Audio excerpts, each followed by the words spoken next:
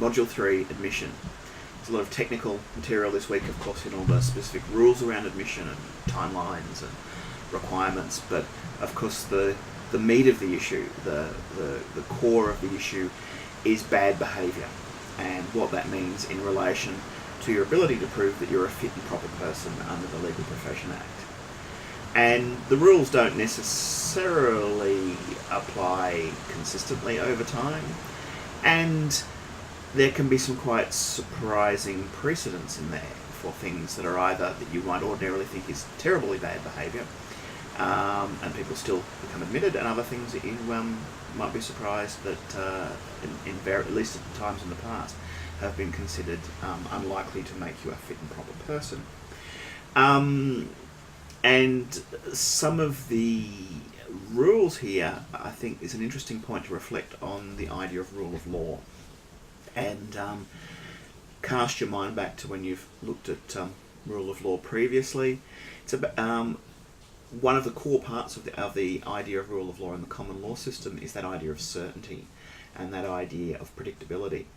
And we get a bit of a glimpse, I think, ourselves when we go for admission as to why that's an important rule. And I know a lot of people are very anxious around the admission time. Have they disclosed enough? What if there's something that they haven't disclosed? Should they disclose everything? And this subject is aimed to give you some framework and guidelines around that, but it is an area that is reasonably uncertain compared to, say, criminal law.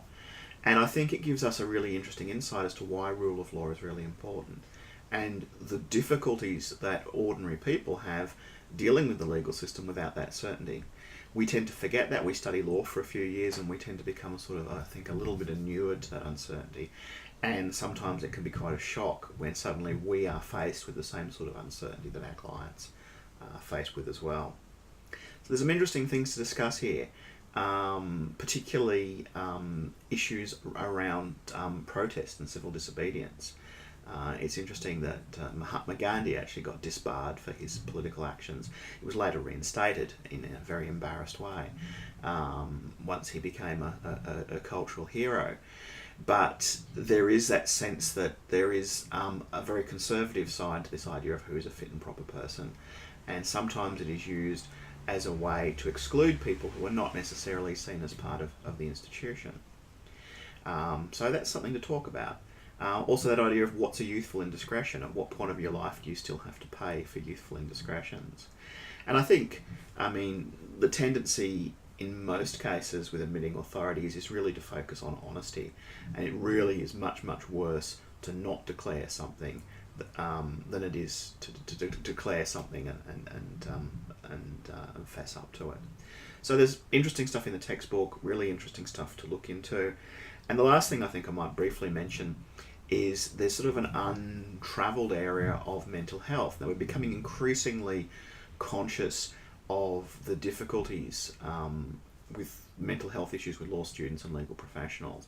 And one of the areas that we really don't inquire too closely in when we're looking at fit and proper character is mental health. And I think that's an interesting thing to start thinking about and start discussing, because if we have a profession that has such high rates of mental illness, is that's something that's relevant? But do we really want to go there? Do we want to have psychological evaluations before we go for admission? Stressful enough as it is, let alone having someone from a different discourse altogether being able to come into the process and add another layer of complexity and uncertainty to it. But I raise that as something I think we can talk about, and something that is quite an interesting issue.